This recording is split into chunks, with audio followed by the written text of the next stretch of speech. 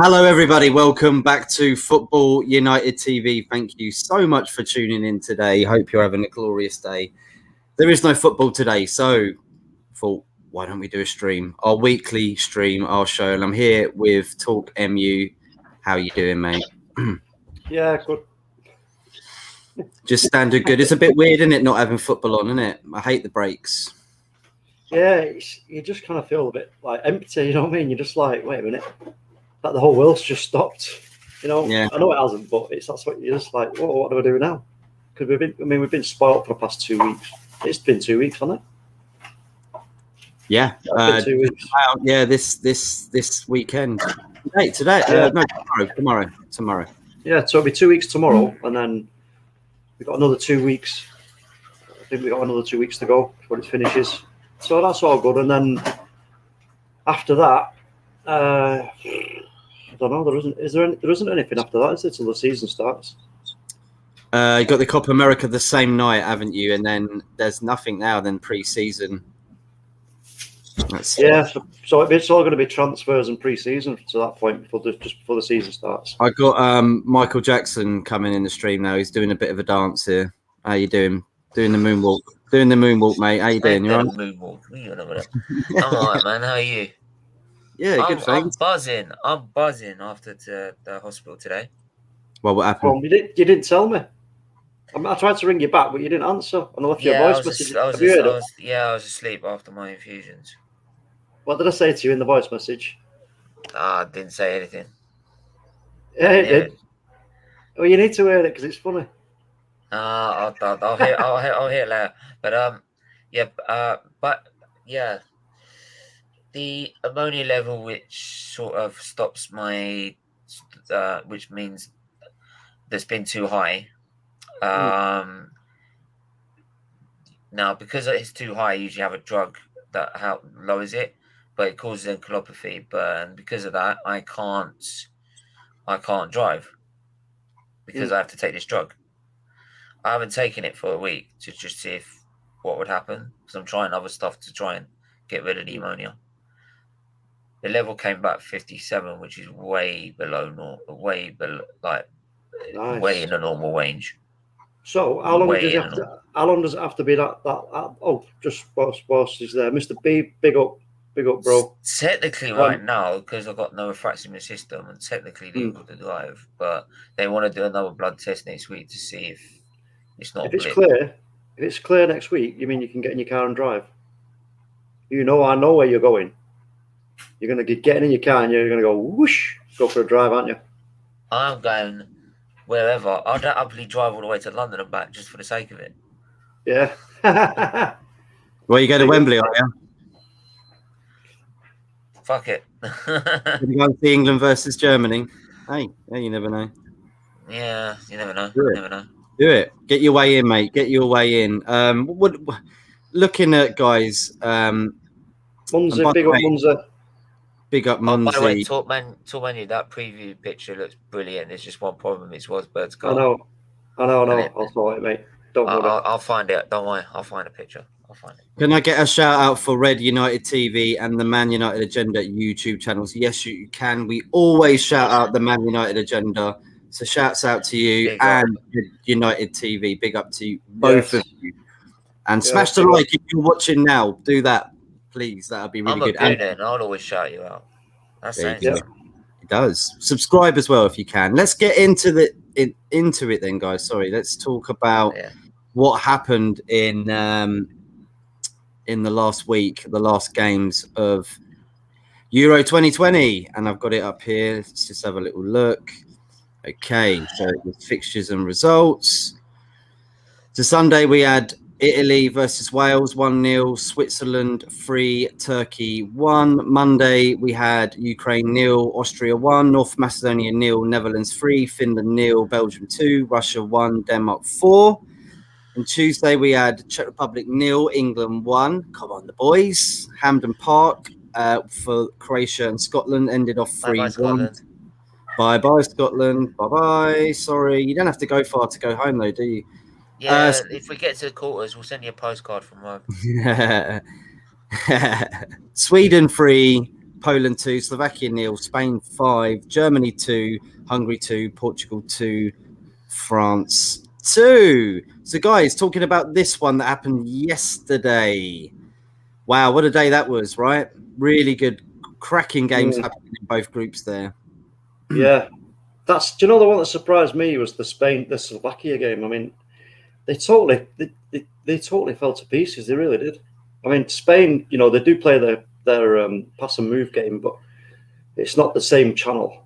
It's not the same team even, because I was looking at that comment.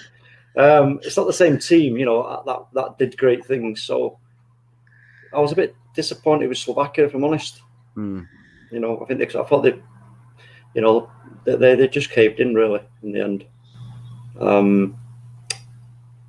But other results. Sweden were great, mate, weren't they? Beating Poland 3-2. Yeah, I mean, I didn't watch that. I watched Germany. Portugal and France. I didn't really see much of the Sweden-Poland. So I don't know how poorly or how good Sweden played or how bad Poland played. You know what I mean? So I can tell you, really good, mate. I watched it. They were underrated when they went into this tournament, mate. Everyone was saying they're out, they're an easy team, and we could be facing Sweden possibly if we beat Germany. We will talk about that game because that's the one in it. We could be facing them in the quarterfinals, so I'd look out for them. You know what I mean? Like we had them in the World Cup, didn't we, in 2018, and managed to beat them. That's right.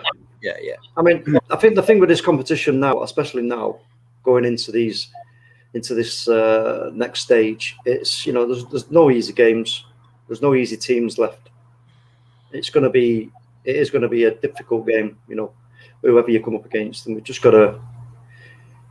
got to sort of pick your cards and play them. It's as simple as that. And for us, with Germany, I mean, I don't know if you want to talk about that right now, or do you want to talk about some of the other results first? Just maybe talk about Hungary and the fact that they just missed out on going through. Yeah. That group was so up and down. I think Portugal were they hit all 4 spots in the same game, didn't they? First, then they were third, then they were second, then they were fourth, and then they went back to where was it that they ended up again? Third, wasn't it? I mean, that for Hungary to get 2 goals against Germany. I mean, I'm not by any way judging Hungary here at all, but for them to get 2 goals against Germany, surely that gives the England team, they will have something to watch. I'm sure they will be looking at those goals and what led up to the goals and identifying, okay, does anything from what Hungary have done there fit in with what we're going to be doing? If so, is it a weak point? You know what I mean? Because each team's got a weak side or a weak centre, one or the other. So, yeah. But again, like I say, big up to Hungary for getting the 2 goals. Germany, you would have. When I heard the scores, we were watching the Portugal game. We heard the scores coming through. We were a bit like, what? But in the back of my mind, I think I really did feel that Germany were going to get back into it. Sooner. Yeah, I mean, Germany, their attack's pretty good. Like, they're not the same old Germany as we know. If England are going to play in the knockout stages, it's a good result. I think we could definitely beat them. But and I agree with Mr. Beavy's comment there. England will beat Germany, defo. Yes. Which I do think so. And I was worried about playing possibly France or Portugal. Portugal do look decent. Renato Sanchez looks like he's back on form. You know what I mean? From that spell that he had at Swansea, it didn't quite work out for him at Bayern Munich. Yeah, he looks decent, and I was worried about that maybe. And Germany, I wasn't actually too worried about for the first time. But there does seem to be this curse where we do get knocked out by Germany quite a lot. So it's one of those things. But you were talking about talk as well, the Portugal and France game. Yeah, I mean, that was a cracker, right? Portugal, right? I said it as soon as it kicked off. Portugal will just, they'll keep you out. They'll keep France out and counter them really well. And that's what they did. They did it really well. Now they've got. I mean, obviously, the incident. I'm not even going to call it the P word. The incident that led to one of the goals for France was diabolical. I mean, how VAR even agreed with what they saw. I have no idea. It was a shocking decision, and you know what? Again, with like the same with France. France don't. I don't fear France, if I'm honest with you. I don't. Not as much as I did in 2018. But yeah, carry on. However, when I say that, you've got to look at these teams now. Let's have it right here. These three teams there: Germany, Portugal, France.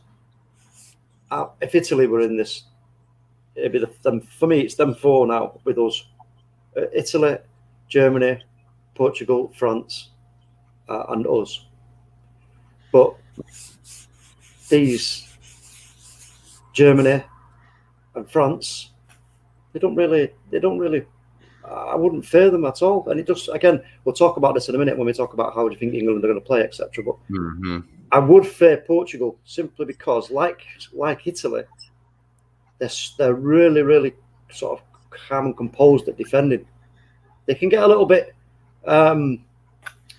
wayward when they're attacking, because obviously with Ronaldo doing his thing, he's all over the place, isn't he?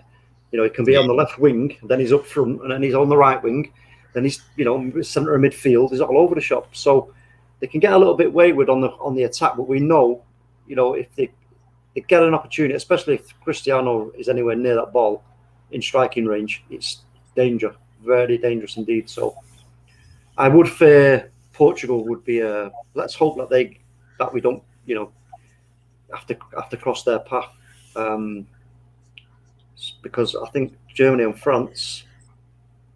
Yeah, we'll talk about the Germany game when we get to it. Yeah, well, let's have a look at the if I can. Where can I find it? What is it? I'm looking. Oh my god, I had it sorted out anyway. Oh, standings. There we go. Beg your pudding. So where did you want to have a look at there, mate? Sorry, where did we want to go? The Italian group, yeah? Yeah. Right, there you go. Wales just getting through, obviously, with 4 points. And obviously Italy getting through on 9. And I don't think they let in a goal. I think it's only England and Italy that are the two teams that haven't let in a goal during this competition so far. So, Stephen, maybe asking you, mate, what do you make of Italy's chances of winning it, or at least getting to the final? They're one of the favourites. They have been flawless. The only thing I'd say, what are they going to be like when they play? Looking at it, they would have to play probably. They'll beat Austria. They'll wipe Austria. Then they'll be playing either Belgium or Portugal. What are they going to be like against them? Because they haven't played, say, a really big side yet. No disrespect to Wales, but they're not a Belgium or Portugal. And that's where you'd see if this Italy team is the real deal. But so far, they've been flawless. So you can't really... They're the only other team other than England to not concede a goal. Yeah. Right, so...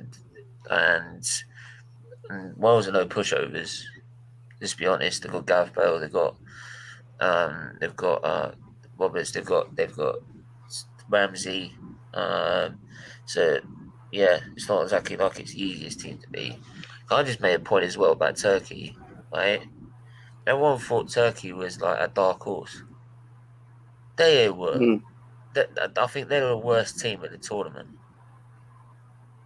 They were poor. They were poor. They were dismal. They were beyond. No, poor's an understatement. For the thing with Italy for me is, I mean, people are talking about levels and gears, yeah. Now, if anybody thinks that Italy are in like the only gear that they've got during that group stage, you better think again, because no, they've got Italy. They're not. I mean, you look, they are the only team who are like so composed from back to front and in the middle. They are so assured. They're so trusting in what the system they're playing. You know, that they are a fantastic team, and the mentality that goes with it is what you need to start thinking about, because each time they go out there now again, because look at their run they've been on. It's a lot of games they've beat, they've not lost. Yeah. A lot of games they've not conceded. The confidence is sky high. So even if something was to happen, it ain't going to knock them. They're just going to keep, get straight back up and go and keep going. But I believe that Italy have got levels to go yet, another gear or two to go through when they do come up against, let's say, Belgium. Yeah. Belgium have got, the powerhouses there really are De Bruyne and Lukaku, aren't they?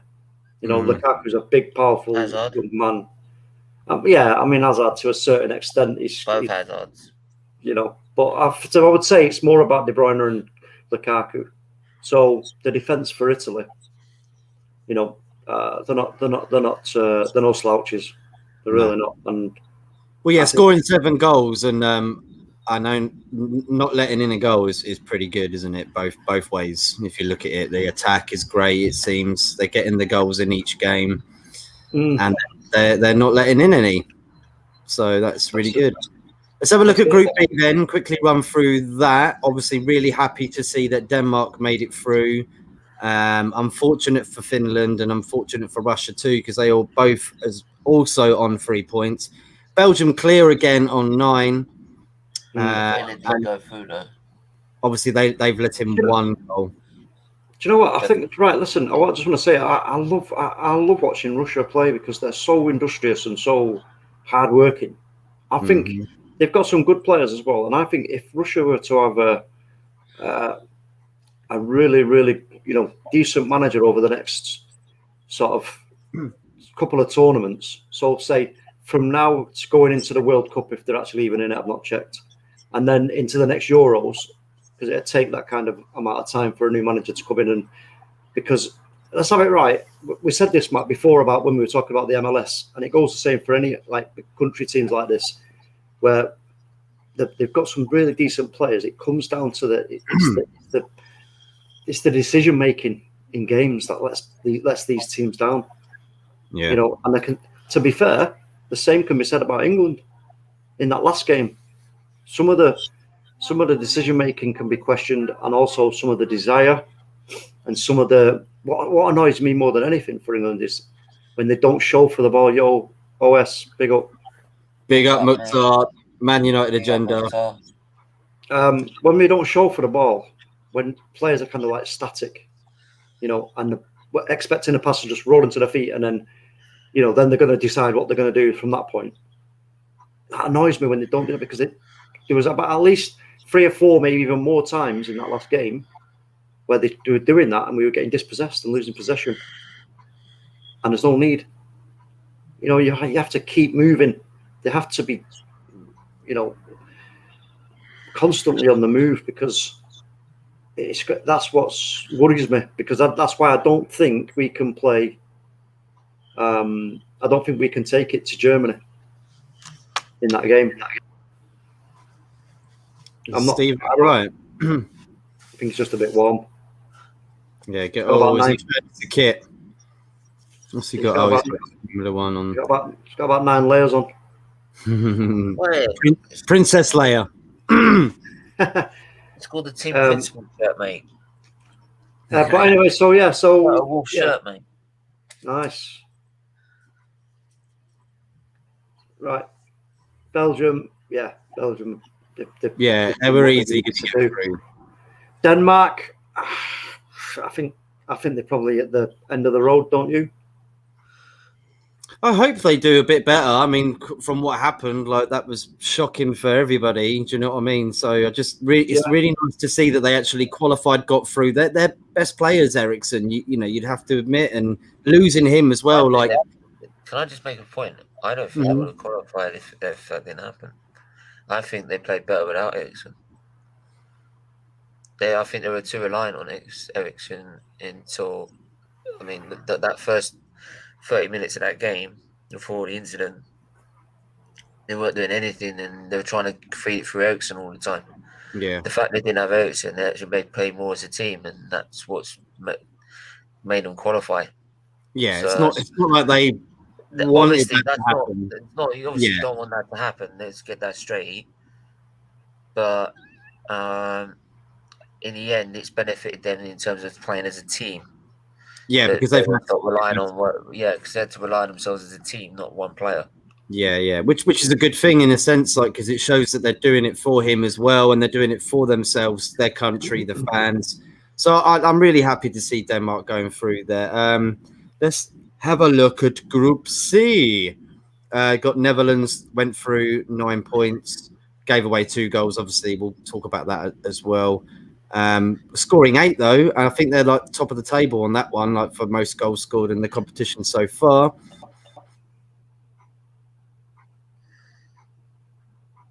There we go. I'm back. Sorry. Yes, starting threes for me is been outstanding. Yeah. Wijnaldum's been very good, right, as well. Yeah, I don't get why people at Liverpool slate him. And has Depay been and Blind? Because I got a lot of my points in the fantasy league off that out of that game, and I'm now 5th. Yeah. Yeah, 143 points. But yeah, the Netherlands. I mean, you know what? It's a thing with the Netherlands is I just don't think they've got. I don't think when it when it comes right down to the nitty gritty, they come up against the teams who have got that ability to make a game difficult and use the footballing intelligence of when do we sort of move on this team and when don't we? You know, frustration, all that kind of stuff. I mean, I don't think the Netherlands are quite there yet for me to go. I feel they're getting closer though, Talk. I feel that they are getting better. I mean, they've struggled. I don't think they even reached the 2018 World Cup, did they? So I think that's one of the first times in a long time as well for them. So like Italy are the same. Italy weren't in it either. You know, but Italy, for me, Italy have been for me the standout team of this tournament without a doubt. That's not even an argument. You know, there's no question in that. But what about Ukraine then, guys? Like, do you think I mean, I didn't think they were going to get through. I got them in the sweepstakes, and I was like, oh, I'm probably out. And they've done all right. Yarmolenko's been quite good for Ukraine. Do you know what I mean? He's worked his magic a little bit. Yeah, but they've only won one game. You know, they've won one game. They've scored 4, but they've let 5 in, so they're -1 on goal difference. So you know what? I don't see them. No, you know, I can't see them getting any further. I mean, North Macedonia, they put up a good fight, bless them, but it's just not their time right now, is it? You know. No. That I felt a bit sorry for North Macedonia, to be honest. Yeah, why is that, mate? Because they played really well, I think. To be honest, I think they played really well, and they were unlucky not to get certain results their way. So, yeah, but that's the way tournament football goes, unfortunately. Well, do you know what? It's funny to say that, Stephen, because that's the thing, isn't it? It's tournament football. You know, this is you know, it's a cup run, and as we know, you get again. There's the point for France last night. I've said it for since I've been vlogging, whatever you want to call it, podcasting, is cup competitions, you get a bit of luck and some good decisions, you can go far in a competition. And last night, France, they got some serious luck and good decisions. So it's the same applies to for England. We are going to need some good decisions and also a sprinkling of luck. Yeah, not just the right decisions from Southgate, because he's got to. I mean, he's got a very difficult task in front of him now for this Germany game. He has to make a decision, and he's got to commit to it and go for it either way. Whether he goes for a different setup, I don't know whether he'll go for a 3-5-2, a 3-4-3, 4-4-2. Against the Germans. Well, I guess it also depends on who he can use. I mean, with this update about a few players in isolation and having to train alone. I know Harry Maguire is also training alone. They don't think that is due to coronavirus. They think that's just mainly because, he hasn't played football since, I think, the start of May, like a full 90 minutes. And he's got the whole 90 minutes in that game, and he needs to sort of get back up into fitness a little bit because he found it quite daunting, and he was quite good, I think, Harry Maguire, for his first game back. You can see how good he is with another great defender, and that's the problem. Man United for another day, but so was Henderson when he came on. Henderson just slipped straight into that team. Well, yeah, he's been out since February, mate, even longer. Yeah. So it's good to see that they get 45 minutes. The thing that Southgate needs to do, and the big question is, what do we do about Harry Kane? That is the $1 million question. What does he do? To City. He can't. For me, if he starts Harry Kane, we'll lose that game. Hang on. Sorry. Hang on. Before you go on, hang on. Let me just read a few comments so I can get through them because I know people. We did this one. Sorry. Yeah, smash the subscribe and like. Muncie also thinks I still think France or Spain will win it. Mr. B said Sweden have really surprised me, which I did agree with him on that. England will beat Germany defo. Good evening, guys. We've seen that one as well. Stuart says, yo, Mr. Matty, paper plan king. Not sure what you're on about there, bro, but I'll take that. How you doing, Stuart? Nice to see you. Nice. Big up the panel. Is in the house. Big up, Miss Milk. So please, Stephen, continue. What was you saying there about England and Harry Kane? What I'm saying is that if we want to beat Germany, we're not going to do it by dominating the ball like we have been trying to do. We're going to have to play counter-attacking football. Everyone pretty much knows this because Germany dominate the ball. Simple as that. Right? If we're going to play counter-attacking football, there's no point playing the counter-attacking football when you've got a striker that's going to be 10 days behind like Saka and Sterling when they're bombing forward because he's got no pace.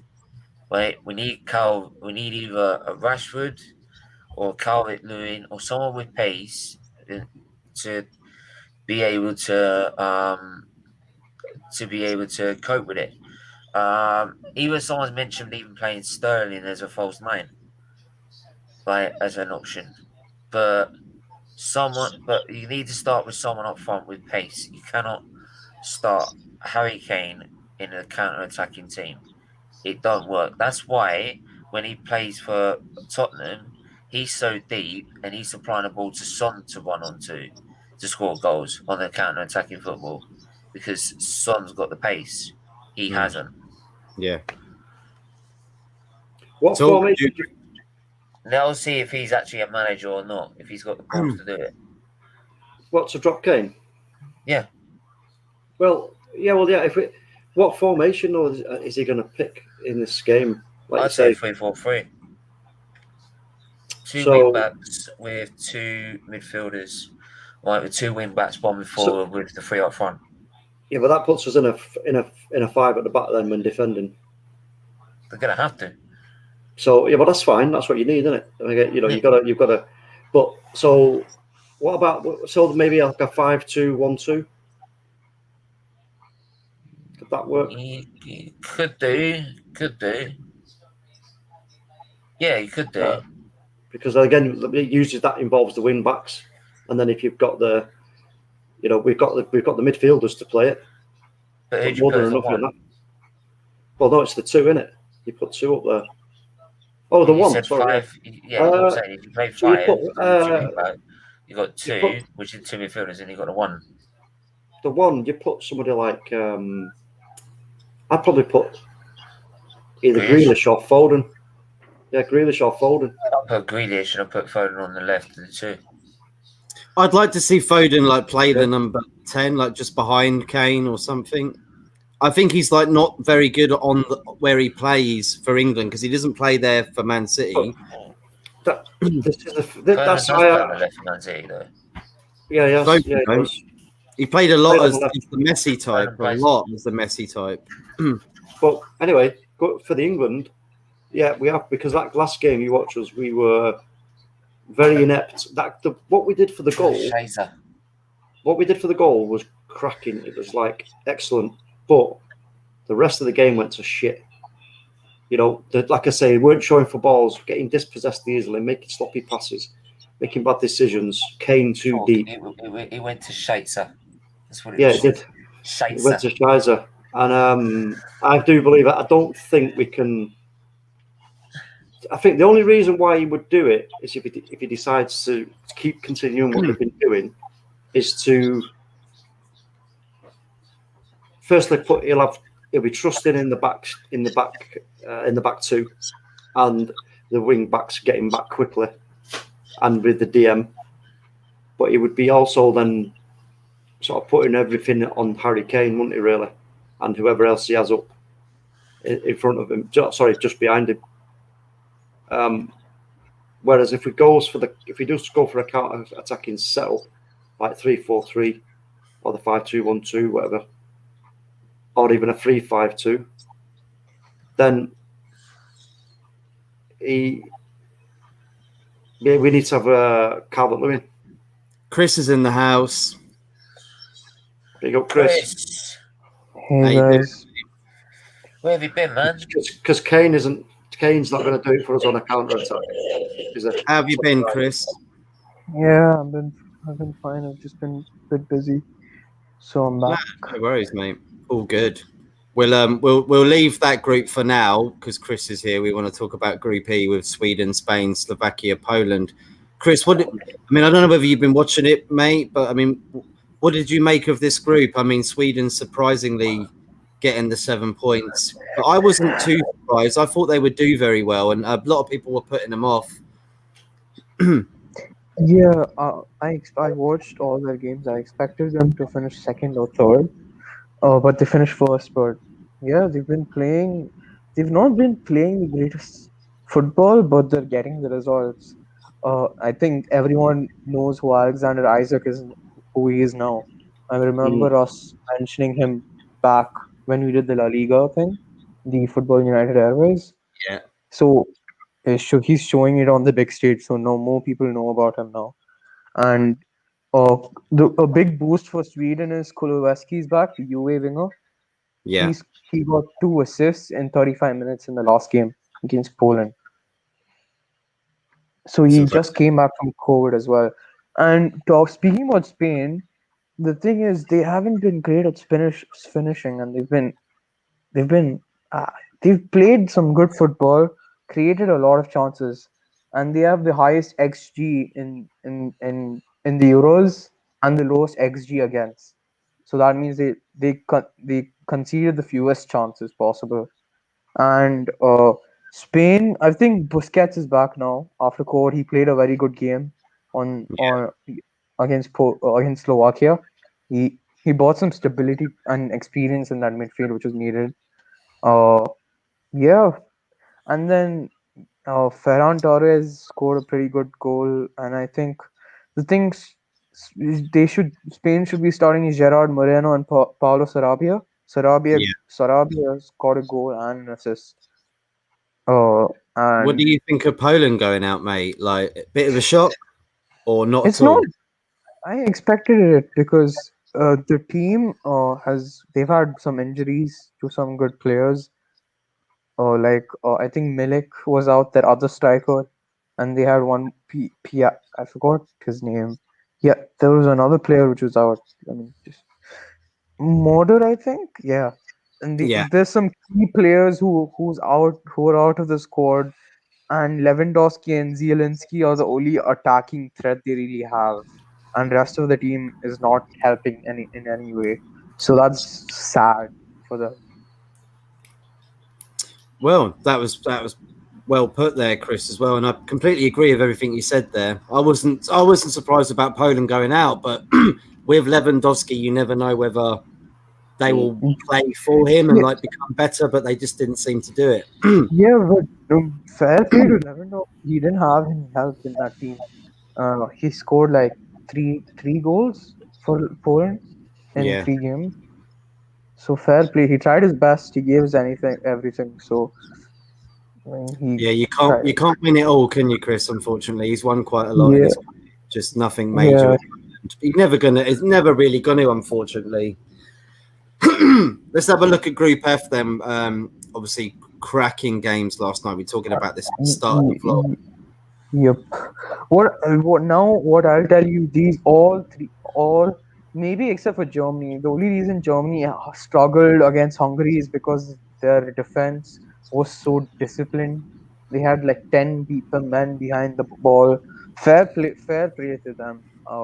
Getting 2 points in this group, no one expected them to get one. So fair play.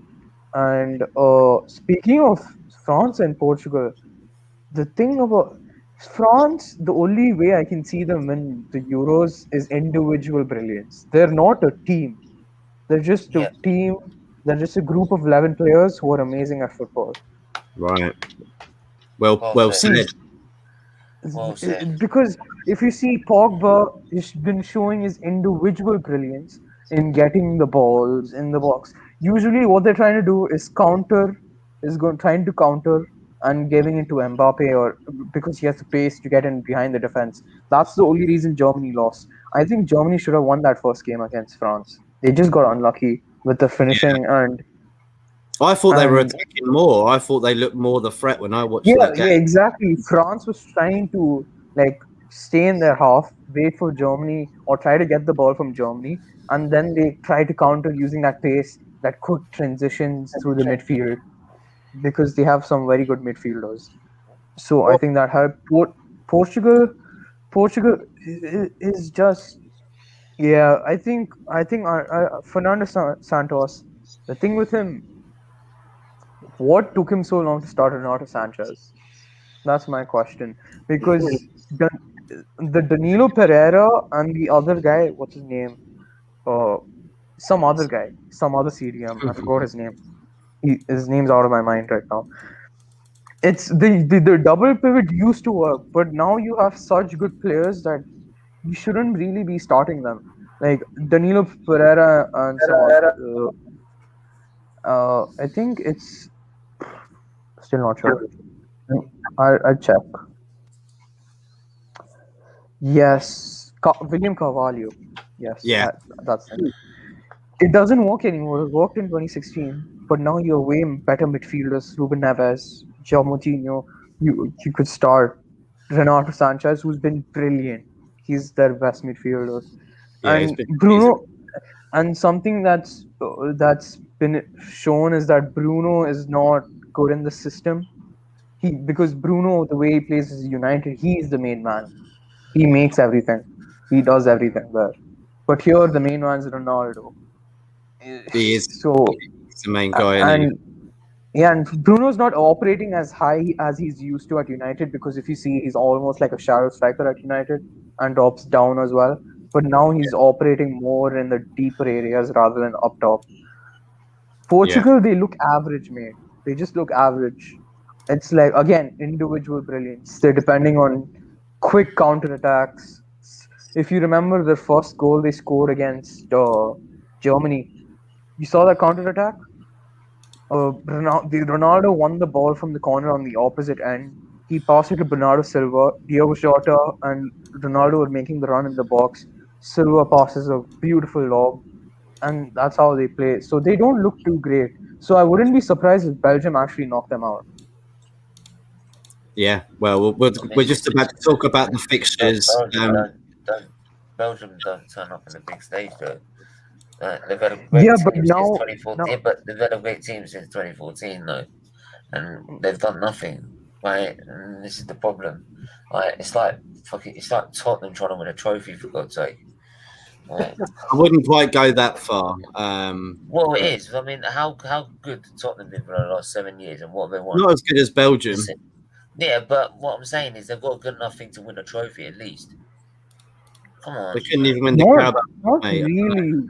They were other than Lukaku, Hazard, and De Bruyne at the time in 2018. They didn't really have a lot of amazing players around them. But it's a bit harsh. But I could see because Lukaku and De Bruyne are at their prime, their peak. They look amazing. De Bruyne has already made an instant impact in that Belgium team. Lukaku's just been great. He's probably the player of the tournament so far. Maybe. I reckon so. I'm going to show you the stats as well of who's best and who's not. So let me just quickly spread this out. 36 matches out of 51 have been played so far. 94 goals in total. That's 2.6 goals per match. 34 minutes per goal. It's not bad at all. It's not bad. It could be better. There has been better, but it's not bad. People saying it's not been a great tournament. It kind of has been good so far, but you will see it pick up, I reckon, pretty soon. Team stats then. Let's have a look at these then and see what's going on. We don't have to do team stats. I think player stats. That's yep. Much more interesting. Oh no, this is not what I wanted at all. No. What do you want? Oh no, here we go. There we go. Okay. Right. So Netherlands top with 8, Italy 7, Belgium 7, Portugal 7, Germany 6, Spain 6. That's on goals. The one thing that's concerning is that Portugal have only scored. Oh, let me count. I don't remember. They've had 3 pens. They've only 4 open play goals, which is kind of concerning. And the Netherlands, yeah, they've had a very. De Boer has, I think he's found his formation, 3-5-2. Denzel Dumfries has been amazing. He's been their star wing back. He's been giving them width. And Memphis Depay, what a player, man! I can't wait to see him at Barcelona. He's been so good this tournament. He's involved in the play. He has assists. He gets goals. I think he would be perfect at Barcelona. Something that Barcelona are missing. And then, yep. Sorry, say that again. Sorry. What do you think of what Chris said there as well about him being very good so far, and the fact that he's going to Barcelona as well? Like, he's full of confidence. Memphis Depay. Yeah, I mean, he didn't really float my boat when he was at United. I don't know. I mean, it's been good, but is he good enough for Barcelona, do you think? You never know, because I think, in my opinion, at United he was immature. Now he's matured into that player that I could see be a success. Because at United he was kind of young and then immature. The thing is, Chris, the only thing that worries me, but it doesn't really worry me because he's loaded. But you know what I mean. Is you're going to a club like Barcelona with everything that they've won and the expectation of that club, especially after their recent history, is like, it's on a level probably with Manchester United. Yep. And Liverpool. Can he deal with that expectation? And I don't think the fans are as forgiving, are they?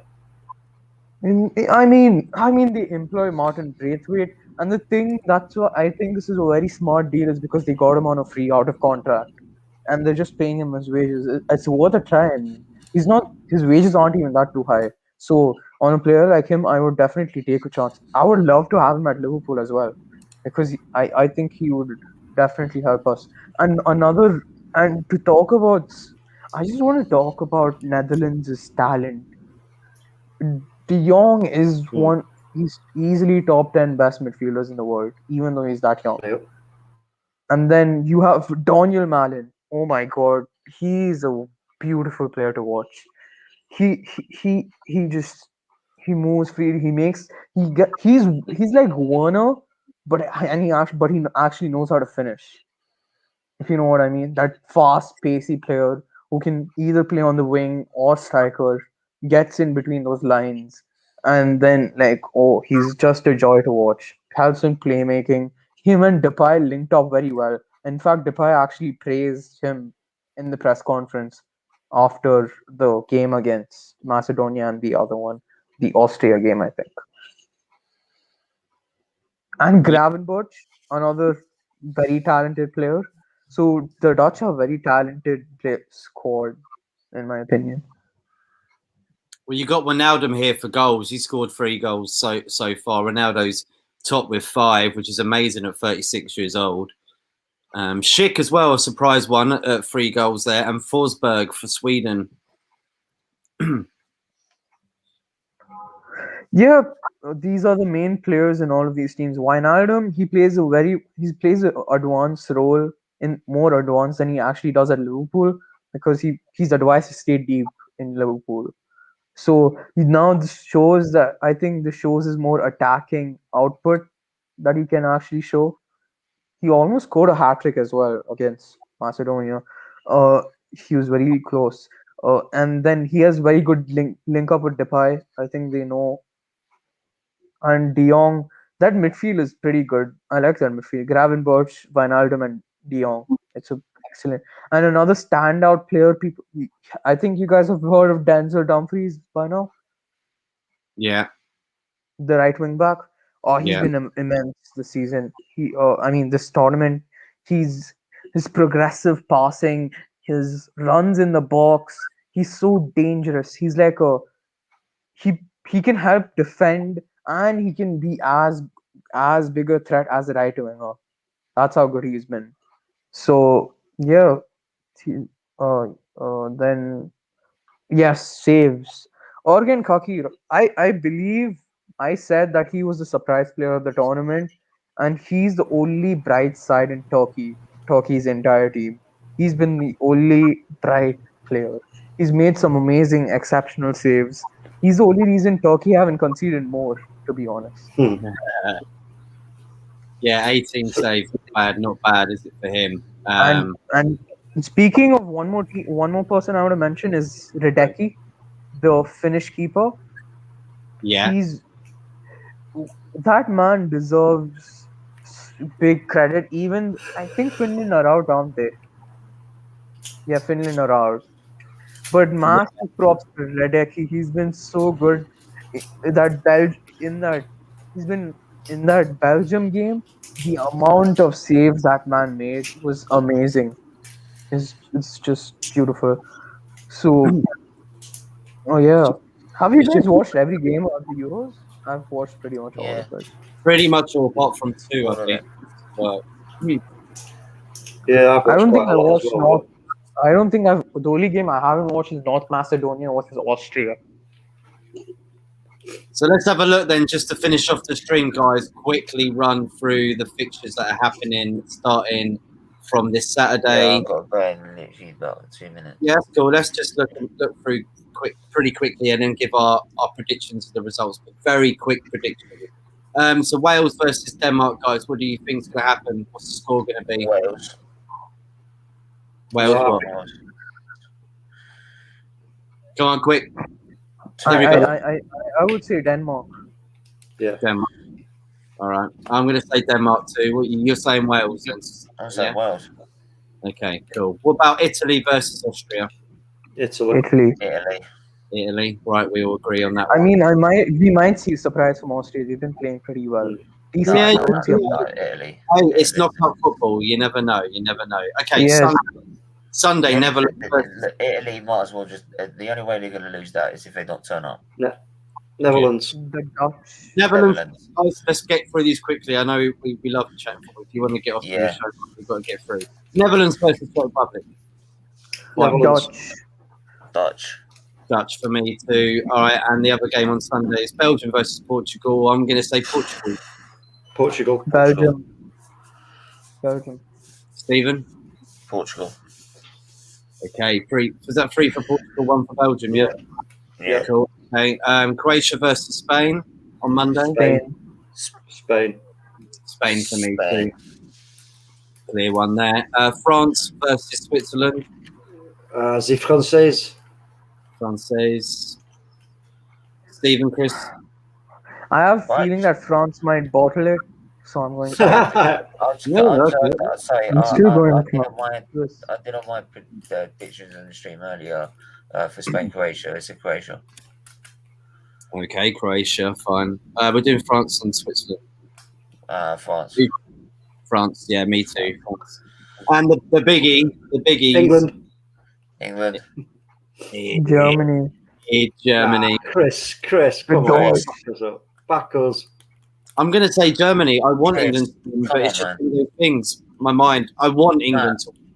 But I just, You can't back the Germans. I'm not backing them.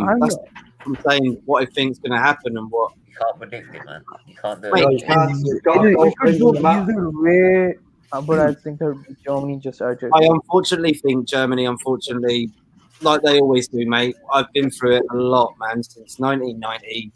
Can't do it. No. Sweden, Ukraine. I would say Sweden. Ukrainians. What? You think Ukraine beat Sweden? I'm saying they're my Sweden. I'm going bold. I'm going Ukraine. They actually. I have a feeling.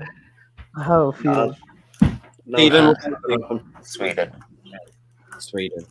Right. Okay. Isak's going to prove himself to Arsenal by scoring a hat trick. Isak is just a joy to watch, guys. It was so beautiful to watch him play, make his runs. His dribbling. Guys, that's it. We're going to finish up there now. I've got one more comment to read out here. Big up CP from Miss Mel. Big up to you, CP. Mel. And that's it. Let's shout out everybody's social medias where they can find you. Start off with Stephen first, mate. Where can they find you all? You can find me causing mayhem on my own channel, SVD TV. I do football, Arsenal, F1 content, as you can tell. I should get sponsored for doing this. We got the Euros. We've got the F1 Grand Prix coming up this weekend. Make sure to hit that like button, subscribe button here, as well as doing it on our own channel, as one of my own channel. And if you even want to support the fight for children's liberties even more, you've got our new membership scheme. You can hit up on that as well. Loads of perks there you can check out. Brilliant. Cheers, mate. Thank you for coming on. Chris, where can we find you, mate? I mean, you can just find me on SVT TV now that I'm back, and you can find me on Twitter, ChrisLFC66. And here as well, right? Obviously, man, Football United Airways will be back soon. I mean, I'm pretty much a regular on this channel, so I didn't think goal there, Chris. It's an own goal, that, Chris. Yeah. Wait, when's Mali coming back, by the way, man? Monday. Oh, it's a reunion finally. All of us. Copa America. We're talking, mate. We're talking about the. I'm gonna call it now. Talk. Where can we find you, mate? On Twitter at iTalkMU. On Steve. Always near the fridge. On Stephen's channel, SVT TV. On the Man United Agenda, the Kebab Shop. Rich Sports, Dugout Daily, and obviously this great channel. So, yeah. With chili sauce. Yeah, don't mention it because I've still got this. Do you know what it is, man? Somebody mentioned it, and ever since somebody's mentioned it, I can't stop thinking about a big, healthy doner kebab with loads of salad, and a load of chili sauce on it, mate. Oh, that'd be I juicy. know that if I had it after about 10 minutes of having it, I'd be like, oh God, why did I do that? Why did I do that? I'm about to have a curry now, so like. Oh, mate. Oh, boom. Thursday night curry, mate. Loving it. Yeah, I might have that, but I enjoy that. I enjoy that. It cleans me out, purges my soul.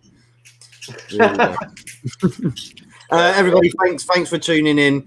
Go check out Stephen. You're going live now. Is that the game? Yeah, I'm going live right now. So go to S Featley TV. Go check out him, and maybe I'll bounce on as well after my curry, depending on how well it goes down. But until next time, until Monday when we do Copa America, please do subscribe, share, and like, and have a good weekend and enjoy the football. Come on, England. Come on, Everton. Up the duck.